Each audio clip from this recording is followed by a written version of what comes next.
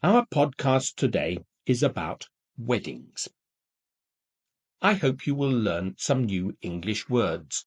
In England, you can get married in a church, or you can have a civil wedding, that is, a non-religious wedding. Until about 10 years ago, civil weddings always took place at a registry office. Nowadays, however, you can get married in all sorts of places. In hotels, in country houses, and in many mosques and Hindu temples, for example. A wedding can be very expensive.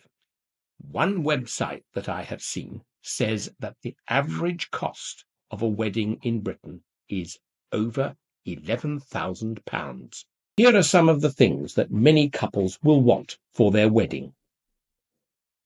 A wedding dress for the bride and dresses for her bridesmaids. Wedding rings for the bride and the bridegroom. Flowers for the church or the place where the wedding is held.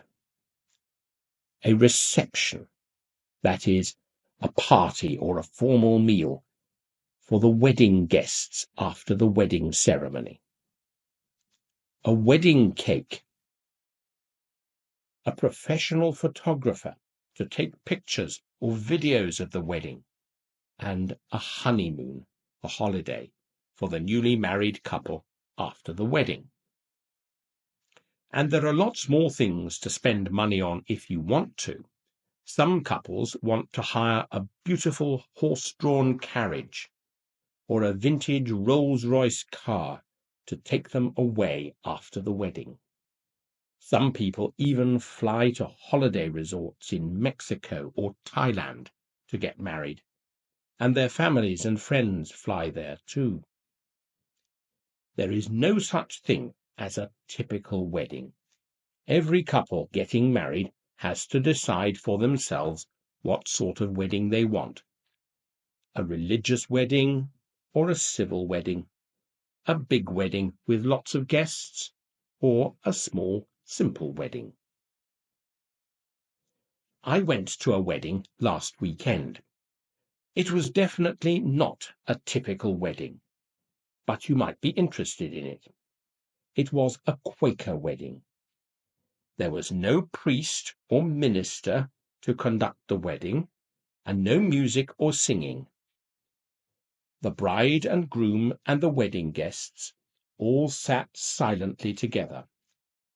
After about 10 minutes, the bride and groom stood up and said that they took each other as man and wife and made their promises to each other.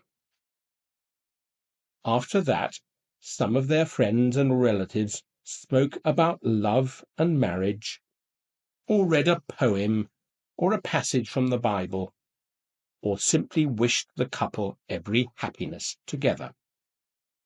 The wedding lasted for about an hour. At the end, everyone who was there, about 80 of us, signed the wedding certificate as witnesses to the marriage. And then, because we are British, we all drank cups of tea and chatted to friends and family members whom we had not seen for a long time. We went out into the garden of the Quaker meeting house to take photos of the bride and groom. In the evening, we were all invited to a ceilidh. Ceilidh is a Scottish Gaelic word, which has become part of the English language in recent years. It means an evening of dancing, singing, storytelling, and poetry. The bride and groom cut their wedding cake, and we danced traditional English and Scottish dances until late in the evening. And then all the wedding guests, and the bride and groom too, did the washing up and helped to put the chairs and tables back in their proper places. We had a wonderful time. Is this the sort of wedding you would like? Goodbye.